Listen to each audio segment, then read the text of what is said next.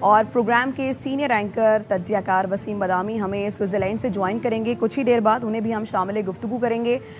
وہ اس موقع پر موجود ہیں تاریخی معاہدے کے لیے جس کو پاکستان میں یعنی پاکستان کے دارالحکومت اسلام آباد سے منسوب کرتے ہوئے جس کو نام دیا گیا ہے اسلام آباد مفاہمتی یادداشت کا. اور اس نام کی جو واحد وجہ ہے وہ امریکہ ایران جنگ کے خاتمے اور یہ وہ جنگ جو کہ ہم پچھلے 1 سال سے دیکھ رہے ہیں.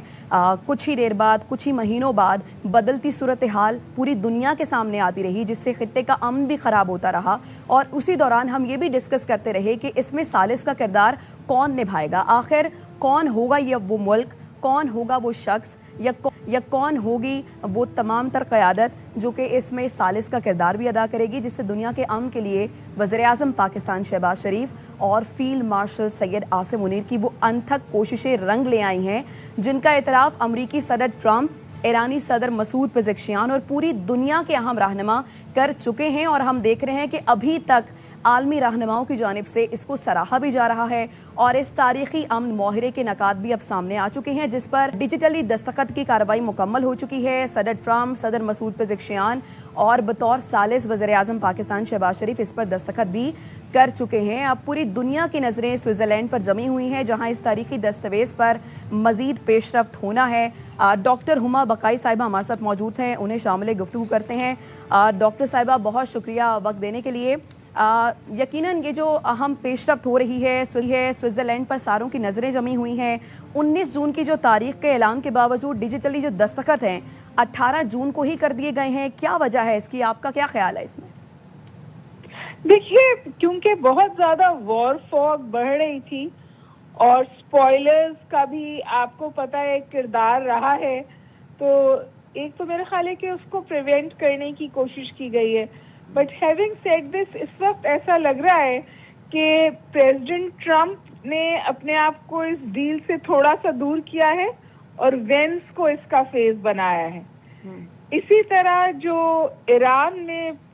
جو سگنیٹری ہیں وہ سامنے ہیں اور جو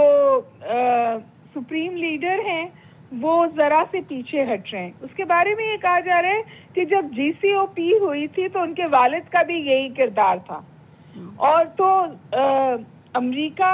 میں بھی ایک اسٹریٹجک ایمبیگوٹی ہے اور امریکہ یہ سپن دینے کی کوشش کر رہا ہے کہ جی یہ ڈیل جو ہے from a position of power امریکہ نے کی ہے, جبکہ اپنے آڈینس کو ایران بالکل واضح طور پہ یہ بتا رہا ہے کہ کوئی کمپرومائز نہیں ہوا ہے اور ہمارے نیشنل انٹرسٹ پہ, اور ہم اس کو لے کر آگے چلیں گے. جو آبجیکٹو آبزرورز ہیں جو دونوں صورتحال کو دیکھ رہے ہیں وہاں ایک کنسنسس ایمرج ہو رہا ہے کہ شاید اس میں ایران بہتر پوزیشن میں ہے بنسبت امریکہ کے, اور جو کنسیشنز امریکہ نے دیے ہیں اس وقت یا جن 14 نکات ہمارے سامنے آئے ہیں اس میں جو ایران کی سینسٹیوٹیز کا ادراک ہے وہ شاید زیادہ ہے بنسبت امریکہ کے. بیسک جو سمجھیے مشکل کانورسیشنز ہیں وہ ابھی ہونا باقی ہیں, اور ان مشکل کانورسیشنز کو اپنے حق میں رکھنے کے لیے امریکہ بھی کچھ سٹیٹمنٹس دے رہا ہے اور ایران بھی کچھ سٹیٹمنٹس دے رہا ہے. ایک بات تو دیکھیے واضح ہے, جو دو حریف ایک دوسرے پر بم برسا رہے تھے اب بات چیت کر رہے ہیں, نکات آ رہے ہیں, کاؤنٹر نکات آ رہے ہیں, سگنیچرز ہو گئی. یہ ویلکم ڈیولپمنٹ ہے. چائنا نے اس کو بہت زیادہ سمجھیے اس کی پذیرائی کی ہے اور ساتھ میں یہ بھی کہا ہے کہ دونوں فریق اس پر قائم رہیں. ابھی بھی میں سمجھتی ہوں یہ بہت فریجائل ہے. جو ڈیلے یا تھوڑا سا سمجھیے تعطل آ رہا ہے کہ سوئٹزرلینڈ میں کیا ہونا ہے کیا نہیں ہونا, اس کے حوالے سے بہت ساری قیاس آرائی ہے. ایک قیاس آرائی یہ بات پر بھی ہے کہ محرم کا مہینہ ہے تو دے میں وانٹ ٹو ڈو اٹ 10 محرم کے بعد, لیکن دیکھیے ابھی کس طور صورتحال سامنے بنتی ہے. بہرحال سننے میں یہ آیا ہے کہ پاکستان نے شاید منسوخ کر دیا ہے ابھی. اچھا, تو ہما بقائی صاحبہ اس تقریب کے بارے میں تو ظاہر ہے پوری دنیا کو انتظار تھا جس سے ہم دیکھتے تھے کہ خطے کا امن بھی خراب ہو رہا ہے اور اس میں بڑی کوششیں کی, دیگر ممالک نے بھی اس میں ثالث کا کردار ادا کرے. آپ کیا سمجھتی ہیں جس تقریب پر پوری دنیا کی نظر تھی کس کی خواہش پر یہ ملتوی کی گئی ہے, کون نہیں آنا چاہتا تھا اور کیا ہی وجہ ہو سکتی ہے, کوئی سیکیورٹی یا اندرونی دباؤ؟ دیکھیے سیکیورٹی کا تو ایشو میں نہیں سمجھتی کہ یہاں پر ہے، اب صورتحال وہاں پہنچ گئی ہے، اور اگر سیکیورٹی کا ایشو ہوتا تو آپ کو پتا ہے کہ دونوں حریف جو تھے وہ اسلام آباد بھی تشریف لائے تھے، تو سچویشن اس وقت اس سے تو بہت بہتر ہے۔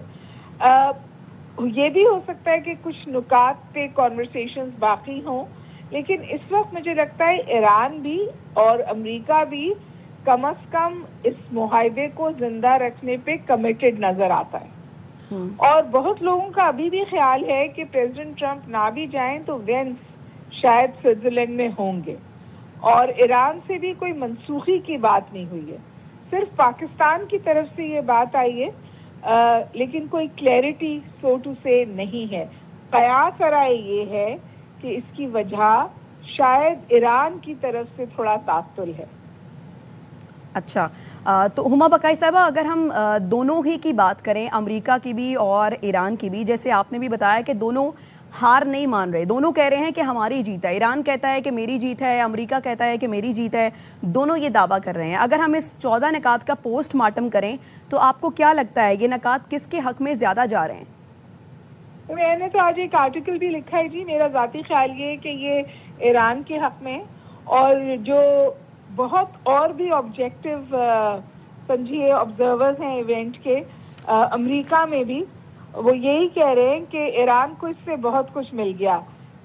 اس حد تک مل گیا کہ آج جب وائس پریزیڈنٹ وینس نے پریس کانفرنس کی ہے تو ان سے بہت سخت سوال پوچھے گئے، بہت سخت سوال پوچھے گئے، اور اس حوالے سے یعنی اگر ہم دنیا کی بات کریں تو امریکہ سے زیادہ پوزیشن اب ایران کی سٹرونگ لگتی ہے آپ کو، آپ یہ کہہ رہی ہیں؟ ڈیل سے ایسا لگتا ہے کہ ایران کو وہ کچھ مل گیا جو نہیں لگتا تھا کہ ایسا نہیں ہو پائے گا، لیکن اب فار ایگزامپل اس کو تیل بیچنے کی اجازت مل گئی ہے، ایکسیس ٹو ایسٹس مل گیا ہے، ہرمز ابھی تو اس کے کنٹرول میں ہی ہے، اس پہ نیگوسیشنز باقی ہیں، انرچ یورینیم کی بھی جو بات ہو رہی ہے اس میں یہ طے ہے کہ جو ایران کی سینسٹیوٹی ہے یا جو ایران کا رائٹ ہے وہ اس کو ملے گا۔ سب سے بڑی بات یہ کہ جو ایران کا میزل پروگرام ہے اس کو پریزیڈنٹ ٹرمپ نے کہا ہے کہ اس کو ایران کو ریٹین کرنے کی سمجھے اس کا حق ہے یہ، تو میں سمجھتی ہوں کہ خاصی ایران کی سینسٹیوٹیز ایڈریس ہوئی ہیں، اور جو وائس پریزیڈنٹ وینس ہے انہوں نے تو اس بات پہ ناراضگی کا اظہار کیا کہ اسرائیل کس بات پہ ناراض ہے، پریزیڈنٹ ٹرمپ وہ واحد شخص ہے اس وقت دنیا میں جو ابھی بھی اسرائیل کا ساتھ دے رہے ہیں۔ سو آئی تھنک وہاں پہ بھی یہ ری تھنک ہے کہ یہ جس وار میں جس طور امریکہ کو گھسیٹا گیا وہ شاید امریکہ کے لیے بہت کاؤنٹر پروڈکٹیو رہا، اور ظاہر ابھی تو شروعات ہوئی ہے، اور ان 60 دنوں میں ہم دیکھتے ہیں کہ کیا ڈیولپمنٹس ہوتی رہتی ہیں، کیونکہ آپ ایک تو ٹرمپ کو بھی پروڈکٹ نہیں کر سکتے، ٹرمپ کبھی بھی کچھ بھی کر سکتے ہیں۔